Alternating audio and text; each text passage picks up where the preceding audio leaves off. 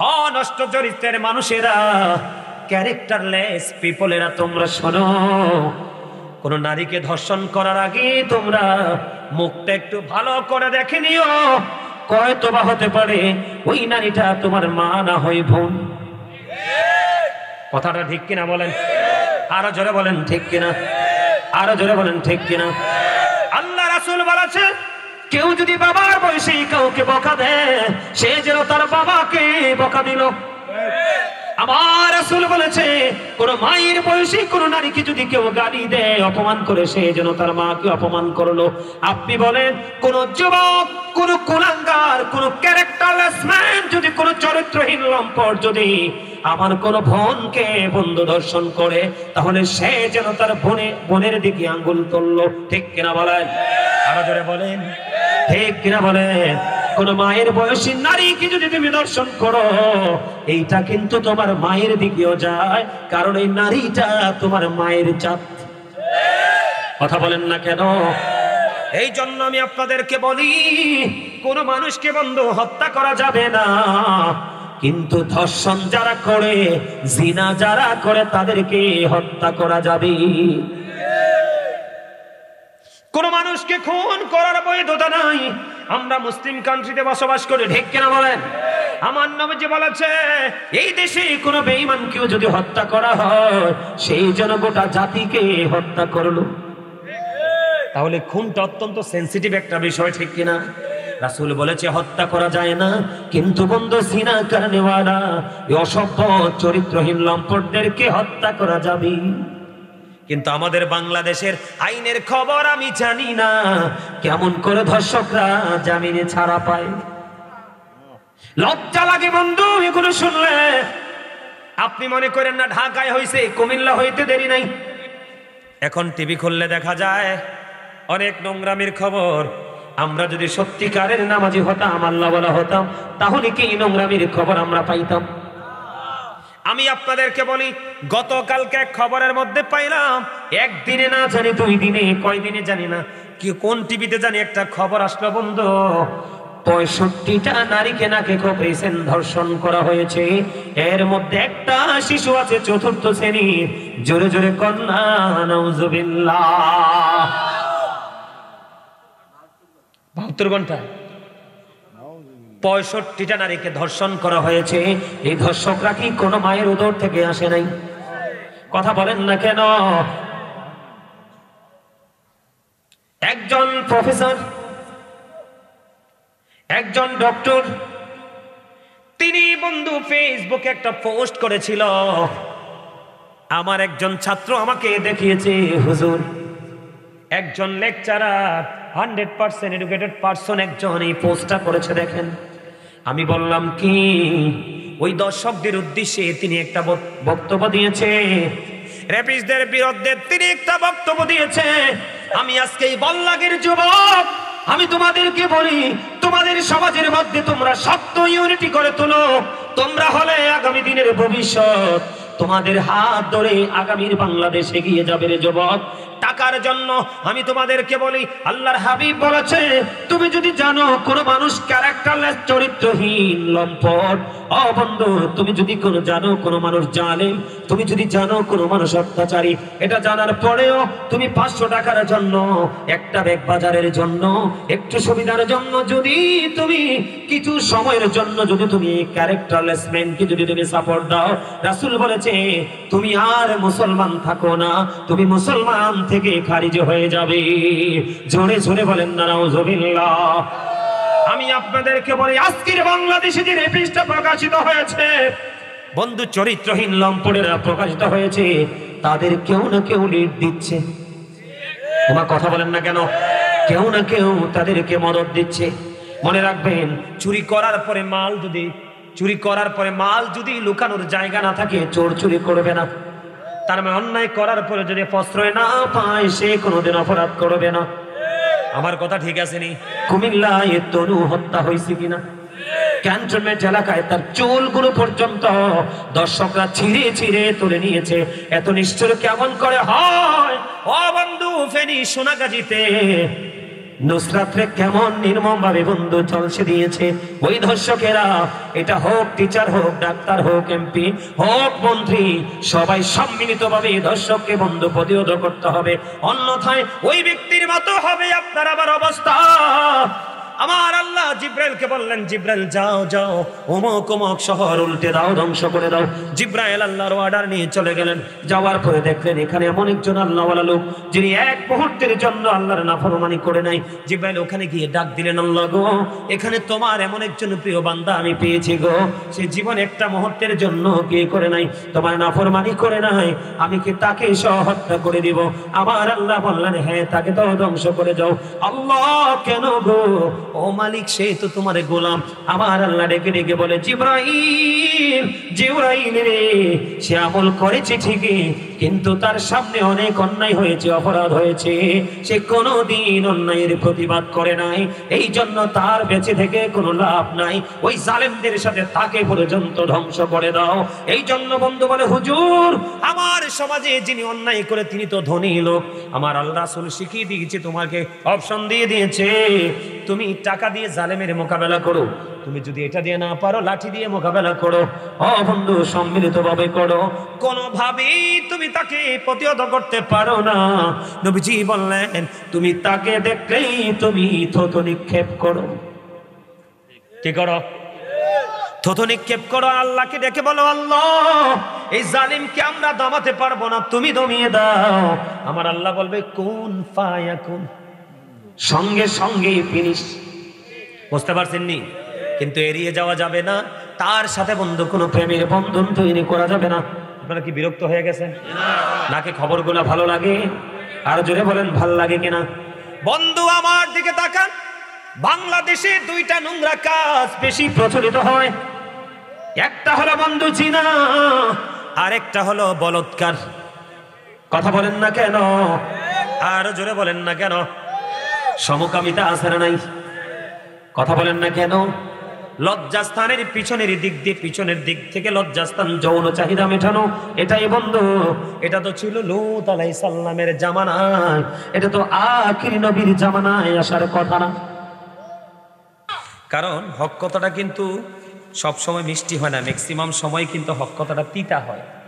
কি হয়? কথা কয় না, এটা আমার কথা না তো।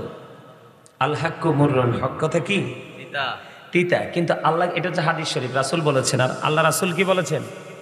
আল্লাহ রাব্বুল আলামিন কি বলেছেন? আল্লাহ বলেছেন, আকুলু কাওলান সাদীদা। আল্লাহ বলেছেন, সে দা রাইট থিং, সত্য কথা বলো, সঠিক কথা বলো। আল্লাহ রাসূল বলছে, হক কথা কি হবে? ওমা কথা কয় না। আপনাদেরকে আল্লাহ জবান দিছে কি জন্য? কি জন্য? কথা বলার জন্য। চাচা, উত্তর তো সঠিক হয় নাই।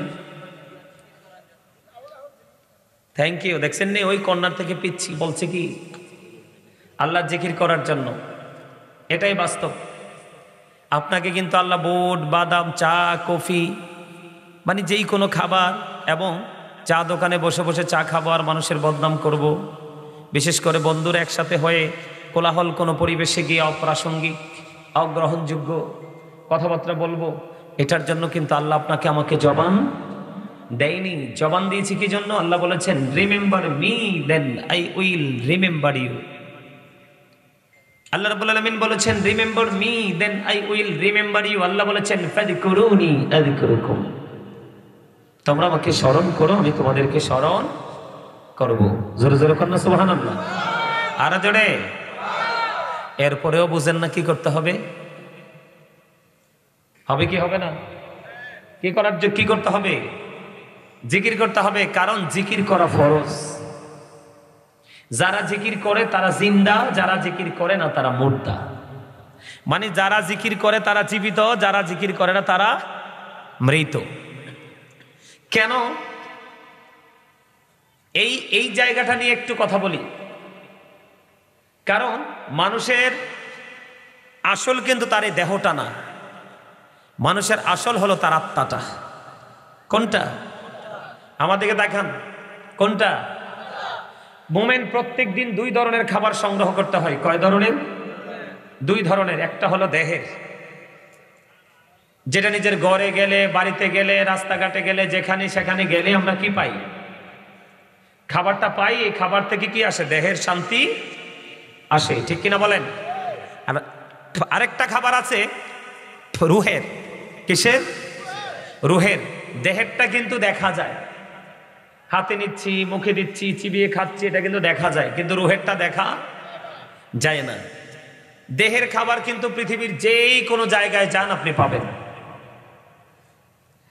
কিন্তু রুহের খাবার, রুহের মার্কেটিং, রুহের বাজার কিন্তু যেই কোনো জায়গায় পাওয়া যায়? যায়? কথা বলেন, যায়? যায় না। আজকে আপনারা যে এখানে আসছেন, এটা হচ্ছে রুহের মার্কেটিং করার জায়গা। কিসের জায়গা? আমি আপনাদেরকে বলি, ইবাদত, খাবার খাইলে কি পেট ভরে না? শরীর শান্ত হয় না? খাবার, দুনিয়ার খাবার খাইলে শরীরে শান্তি আসে। আর রুহের খাবার যেটা, মানে আমল, জিকির, এটা করলে প্রশান্তি আসে কোথায়? আত্মায়। আপনি নামাজ পড়ার পরে যদি মনে পড়েন যে আমার আজকে শান্তি লাগছে, ভাল লাগছে, নামাজ পড়তে গেলেন, বের হওয়ার পরে যদি বুঝেন যে আমার নামাজ পড়ে শান্তি লাগছে, তাহলে মনে করবেন যে আপনার রুহের খোরাক আপনি দিতে পারছেন, আল্লাহর কাছে আমলটা কবুল হয়েছে। কেন বললাম? আমি কিন্তু জিকির, আপনারা অনলাইনে আমার জিকির দেখছেন কিনা জানি না, আপনারা কেউ আমার আলোচনা শুনছেন কিনা আমি সেটাও জানি না। আমার জীবনে ফার্স্ট এইদিকে আসা, এই রোডে আসা যাওয়া করছি, মেইন রোডে, কিন্তু এই দিকে আমি কখনোই আসি নাই, আজকে প্রথম আসছি। তা আসার পরে আমার কাছে মনে হয়েছে আপনারা একটু দুর্বল, ভেরি উইক। কি? কিন্তু আপনারা দুর্বল হলে চলবে? আপনাদেরকে স্ট্রং হতে হবে, স্ট্রংলি কথা বলতে হবে। কি করতে হবে? এক্সপেরিয়েন্স ম্যান হিসেবে আপনাদেরকে প্রিপেয়ার করতে হবে, প্রস্তুত করতে হবে। কোন ক্ষেত্রে? ইমানদার হিসাবে আমরা আল্লাহকে চাই, চাই কি চাই না? এখন আল্লাহকে যদি চাই, আমাদেরকে নির্দিষ্ট একটা কন্ডিশনের মধ্য দিয়ে এগোতে হবে। আপনি আমি কিন্তু এলোমেলো ভাবে এগুলো কিন্তু আমরা কি করতে পারবো না, সফল হতে পারবো না। পারবো? আরো জোরে বলেন, পারবো? ওমা, কথা কন না কেন? আমার সাথে রাগ করছেন? হুজুরদের সাথে রাগ করলে লস। কি বলবো নি? কেমন লস বলতাম? হাদিসটা কি সাইয়া সাইয়া পড়তাম না, না সাইয়া পড়তাম? সাইয়া পড়তাম। সাইয়া পড়ি আছে যেহেতু মোবাইলটা, সাইয়া পড়লে একটু সওয়াব বেশি পাবো, যদিও এনতে সাইয়া পড়া বেদাত। কি? কিন্তু এই বেদাত ছাড়া উপায়? কথা কয় না কেন? এটা কি? এটা থেকে দেখে দেখে পড়া কি? কথা কয় না? বেদাত। কিন্তু এই বেদাত ছাড়া কি উপায় আছে? কথা কয় না? আমাদের ইসলামের অনেক কাজই আমরা করি নবীর প্রেমে পড়ে, কিন্তু মোল্লারা বেদাত ফতুয়া দেয়, কিন্তু এটা যে বড় বেদাত এটার কথা একবারও কয় না, কারণ এটা দিয়ে সুবিধা আছে। কথা কয় না কেন? বোঝেন নাই? একটু দেখে দেখে পড়ি, সওয়াব দাম একটু বেশি পাবো, আপনাদেরকে বোঝানোর জন্য। ঠিক আছে? বলবো? আপনারা কি আমার সাথে মোহাব্বত করে আওয়াজ দিবেন নাকি মোহাব্বত ছাড়া আওয়াজ দিবেন? আপনাদের দুরুদ আর জিকিরে তো মনে হয় না মোহাব্বত আছে বুঝলা।